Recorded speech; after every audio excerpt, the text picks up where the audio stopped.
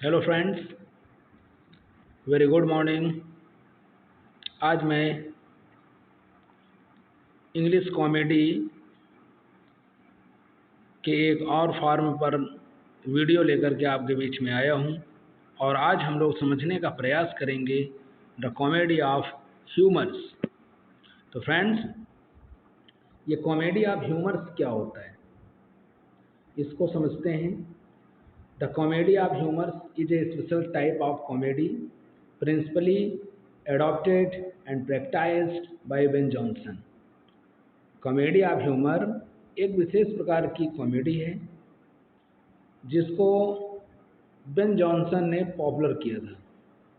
It should be clarified at the very beginning that the term humour in this context does not mean humor in the ordinary sense of amusement, pleasantry or fun।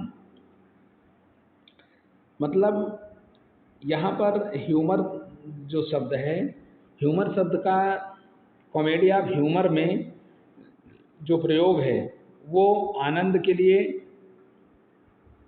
और मज़े के लिए नहीं use होता है। Humour is used here in the classical sense of for natural fluids. यहाँ पर humour शब्द का जो प्रयोग है वो क्लासिकल सेंस में चार प्राकृतिक फ्लूइड्स के लिए होता है। और ये जो चार नेचुरल फ्लूइड्स हैं ये कहाँ पाए जाते हैं? Human physiology which determined an individual nature and temperament. According to classical theory there are four primary fluids. ये बहुत ही इम्पोर्टेंट है, पूछा जाता है कि कॉमेडी ऑफ ह्यूमर में कितने फ्लूइड्स होते हैं? तो चार होते हैं। नंबर एक ब्लड, फ्लेग्म, कोलर एंड मेलनकली, जिसको हम कोलर को येलो बाइल बोलते हैं और मेलनकली को ब्लैक बाइल बोलते हैं।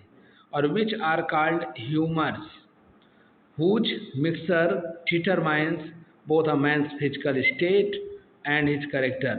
मतलब इन चारों का जो चार प्राइमरी फ्लूइड्स हैं, इनका जो मिक्सर है वो क्या करता है? तय करता है मनुष्य के फिजिकल स्टेट, शारीरिक स्थिति और चारित्रिक स्थिति को। A normal man has a balanced mixture. जो एक सामान्य व्यक्ति होता है उसके पास एक संतुलित मिश्रण होता है of all the four humours in his physiology. जो एक सामान्य व्यक्ति होता है उसके पास इन चारों का सामान्य मिश्रण होता है। एनी इम्बैलेंस, और अगर किसी प्रकार से इम्बैलेंस हो जाए और एक्सेस या बढ़ जाए of any one of this humours, अगर ये जो ह्यूमर्स हैं चारों, कौन? ब्लड, फ्लैग, कोलर और मेलनकली, अगर ये बढ़ जाते हैं तो क्या होता है? Humours make the individual eccentric. तो कोई व्यक्ति पागल भी हो सकता है, सनकी हो सकता है। और ludicrously obsessed by any particle humour, the excess of any one humour में मेक हिम सैंग्विन। अगर कोई ह्यूमर ज़्यादा बढ़ जाए तो क्या हो जाएगा? व्यक्ति सैंग्विन हो जाएगा, यानी अत्यधिक प्रसन्न हो जाएगा। या कोई फ्लैग्मेटिक, मतलब बहुत अधिक शांत हो जाएगा।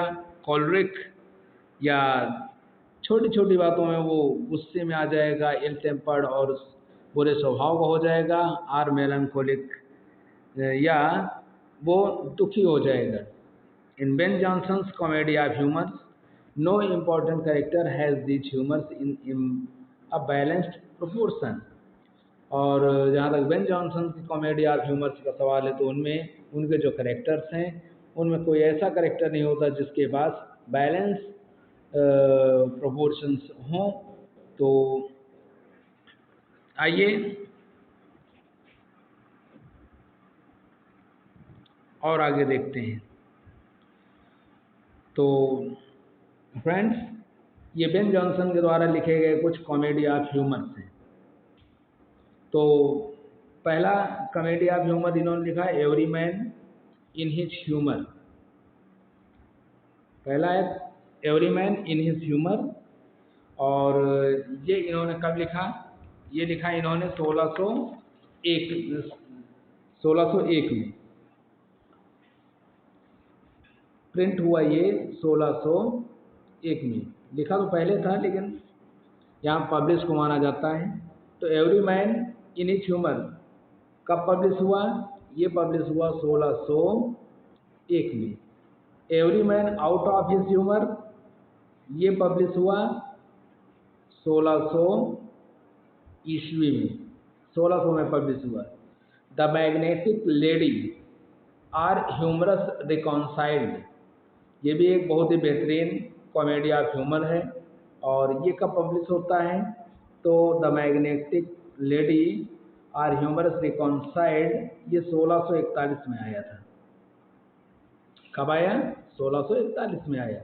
सिंथियास रिवेल ये कब आया? तो सिंथियास रिवेल आया था, ये वही साल है जब every man in his humour आया था, यानी 1601 में।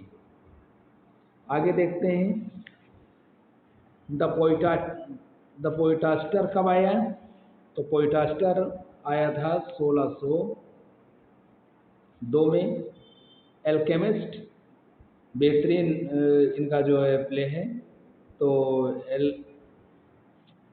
एल्केमिस्ट भी आया था 1602 के आसपास। और इसके बाद वोल्पोन 1607 में आया था। बार्थलोमी फायर ये आया था 1631 में, ये 1631 में आया। Silent women one of the best work by Ben Johnson ये 1616 में आया। इसको आप ऐसे याद कर सकते हैं कि शेक्सपियर के निधन पर साइलेंट वुमेन यानी silent woman came on Shakespeare's death. इस तरह से अगर आप इसको थोड़ा अपने हिसाब से समझ लेते हैं तो कुल मिलाकर शेक्सपियर का निधन हुआ 1616 में, तो साइलेंट वुमेन तब आई। सेजाना सिसफाल, तो सेजाना सिसफाल कब आया? तो इसको भी जान लीजिए, ये आया 1605 में आया था। और कैटलिन हिज कॉन्स्पिरेसी तो ये आया 1611 में आया था। The devil is an ass, तो डेविल एज एन एस ये भी आया 1631 में। और मास्क ऑफ ब्यूटी बेहतरीन वर्क है और ये आया 1608 में। नेक्स्ट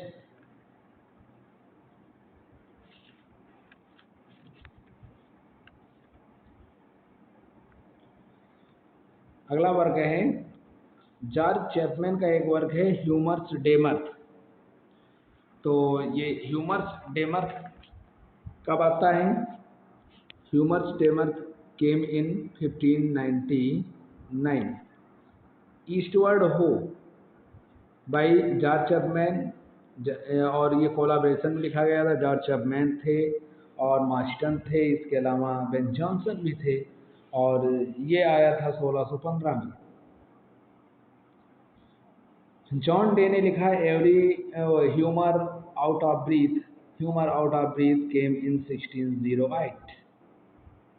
1608। और जॉन मॉस्टन का मालकंटेंट मतलब विद्रोही ये आया कब? 1603 में। 1603 में किंग जेम्स फर्स्ट गद्दी पर बैठे भी थे। एनोनिमस एवरी मैन इन हर ह्यूमर, यानी इसको पता नहीं किसने लिखा। एनोनिमस मतलब अज्ञात।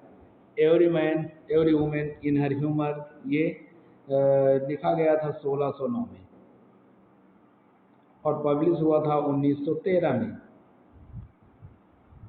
अब आप समझ सकते हैं करीब 300 साल बाद इसको पब्लिश कराया गया था। तो फ्रेंड्स आइए हम लोग क्वेश्चन थोड़ा देखते हैं।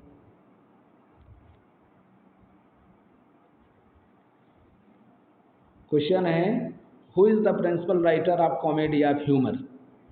तो कॉमेडी ऑफ ह्यूमर का जो प्रमुख राइटर कौन है? क्या शेक्सपियर थे, या बेन जॉनसन, या जॉन लिली, या जॉर्ज चैपमैन? करेक्ट आंसर है option number B, Ben Jonson. Next, one of the following comedies of humour is not written by Ben Jonson. तो every man in his humour 1600 में आया था, तो इसको तो जॉनसन ने लिखा। Every man out of his humour ये 1601 में आया, इसको भी जॉनसन ने लिखा। साइलेंट वुमेन, साइलेंट वुमेन भी बेन जॉनसन का ही है, और ये उनके द्वारा लिखा गया एक बेहतरीन वर्क है। इसको तो मैंने अभी बताया आपको कि on the death of Shakespeare silent woman came, तो 1616 में आया। तो करेक्ट आंसर ये वाला है, यानी इसको बेन जॉनसन ने नहीं लिखा। Next, who is the author of humour out of breathe. तो इसको तो अभी अभी मैंने बताया, ह्यूमर आउट ऑफ ब्रीथ कब आया? 1608 में आया। किसने लिखा? जॉन डे ने लिखा। So option number B is correct. Next, the author of one of the following humour comedies is not known. इसमें से कोई एक ऐसी ह्यूमरस कॉमेडी है, कॉमेडी ऑफ ह्यूमर, जिसके राइटर का पता नहीं है। तो every man in his humour Ben Jonson, every woman in her humour, every man out of his ये भी बेन जॉनसन का है, और humour out of breath John day का है। तो इसका भी राइटर पता है, इसका भी राइटर पता है, इसका भी, लेकिन इसके राइटर एनोनिमस से अज्ञात है।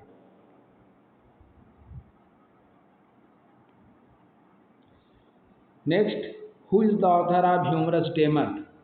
तो ह्यूमरस डेमर्थ का ऑथर कौन है? क्या बेन जॉनसन है?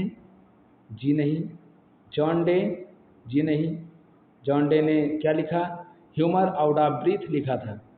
जॉर्ज चैपमैन और George Marston? Yes, option number B is correct. George Chapman wrote Humorous Desmond. It was published in 1599. Next, according to classical concept, how many humors are there in humor physiology? तो इसमें humours में कितने according to classical council how many humours, कितने humours होते हैं? तो 4 होते हैं, ये मैंने आपको बता रखा है। Next, what kind of temperament is produced by access of humour blood. Humour of blood की अधिकता में क्या होता है? क्या चीयरफुलनेस आता है, या मेलंकली आता है, या एंगर आता है, या काम आता है? तो करेक्ट आंसर इसका क्या हो सकता है? Correct answer, humour of blood की अधिकता से चीयरफुल, यानी व्यक्ति बहुत अधिक प्रसन्न रहता है। द एक्सेस ऑफ फ्लेग्म, अगर फ्लेग्म की अधिकता हो जाए तो व्यक्ति बहुत अधिक क्या हो जाता है? तो इसका करेक्ट आंसर है वो बहुत शांत हो जाता है। अगला, whom does बेन जॉनसन रिडिकुल इन इस प्ले द पोइटास्टर। पोइटास्टर में बेन जॉनसन ने सबसे ज़्यादा किस चीज़ की आलोचना किया था? Option number A, the play rights who wrote humour comedy after his style, या poets who posed to be critic, या C, the inferior poets of his day, या D, the poet who tried to write plays also। तो correct answer इसका क्या हो सकता है? Ben Jonson ने द पोइटास्टर में अपने से जो निम्न पोइट थे उनकी आलोचना किया था। So C is correct. अगला है, John Marston wrote a comedy of humour. John Marston ने भी एक कॉमेडी ऑफ ह्यूमर लिखा। तो क्या ह्यूमरस डेजमर्थ? नहीं, इसको तो जॉर्ज चैपमैन ने लिखा था। ईस्टवर्ड हो, ये भी जॉर्ज चैपमैन का ही है। ह्यूमर आउट ऑफ ब्रीथ, ये जॉन डे का है। तो माल कंटेंट ये जो है किसका है? नेक्स्ट देखते हैं।